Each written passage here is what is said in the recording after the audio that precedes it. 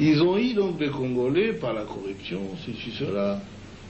Ils l'ont fait marier à la sœur de James, à une Tutsi, directement. Il a abandonné sa femme à Kinshasa. Oui, il a abandonné sa femme à Kinshasa avec les enfants. Vous voyez encore le problème avec les Congolais. C'est grave.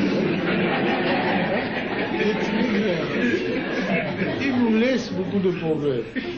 Il est là et maintenant il crie qu'il veut venir. Hein? Bon, le voilà devenu un chef de guerre de la rébellion. Et ils sont allés ramasser tous les autres rebus que vous connaissez. Les Tambo Mwamba, les Zaïdi Ngoma, l'autre là, Lunda Boululu, Wamba Diawamba. Et vraiment une kermesse de gens, en tout cas, corrompus et inutiles. Pardon, le Bizi Makara, qui était mon ministre des Affaires étrangères, que je croyais congolais. Et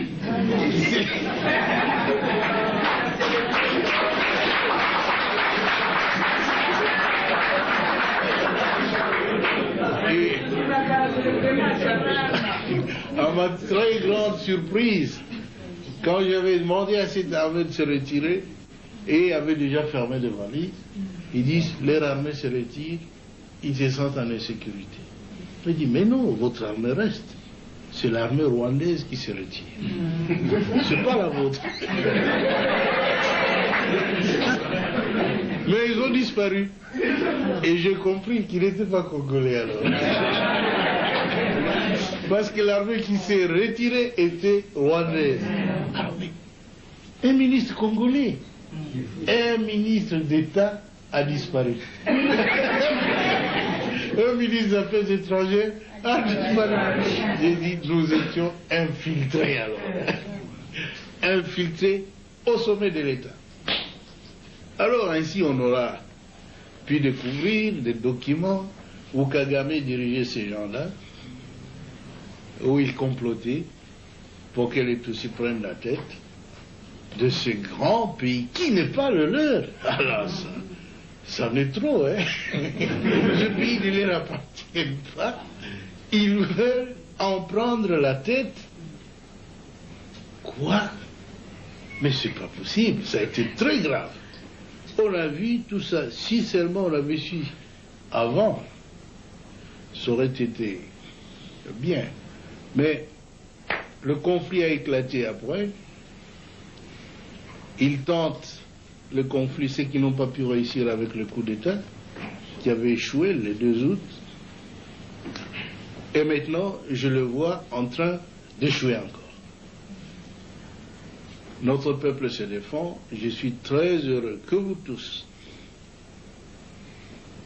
ayez pris conscience de la gravité de la situation pour nous mettre tous ensemble, tous les partis politiques confondus, chez nous.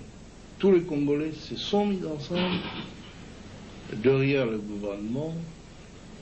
Ils m'ont soutenu, je dois l'avouer très sincèrement. Et je ne sais même pas ce que je ferai pour les rendre.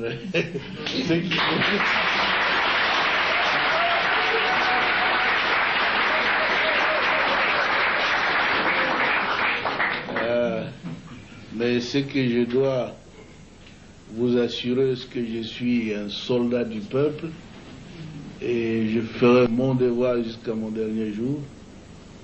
Je veux que mon pays soit totalement libre et en tout cas un pays moderne qui se développe, où sur le plan social nos villages doivent être transformés parce que tout le monde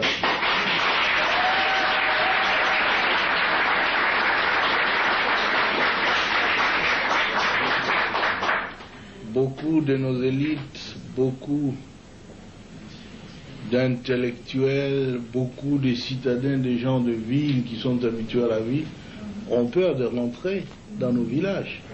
C'est parce qu'il n'y a pas de vie là-bas. Nous étions donc engagés dans un programme de reconstruction qui a commencé à porter fruit. Et tout cela sans assistance extérieure. Parce que les habitudes politiques en Afrique, c'est qu'on doit attendre de l'aide de la France, des États-Unis, de l'Union européenne, de la, de la Banque mondiale, de ceci, cela.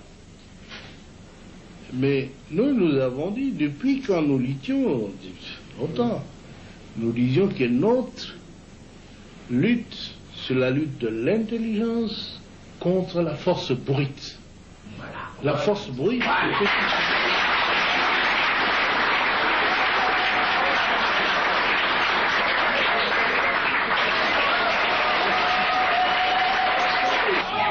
nous disions alors dans un des congrès au Maquis où il a participé en 1976 que parce que nous avons tout dans notre pays, nous ne pouvons même pas les demander de l'assistance de l'homme.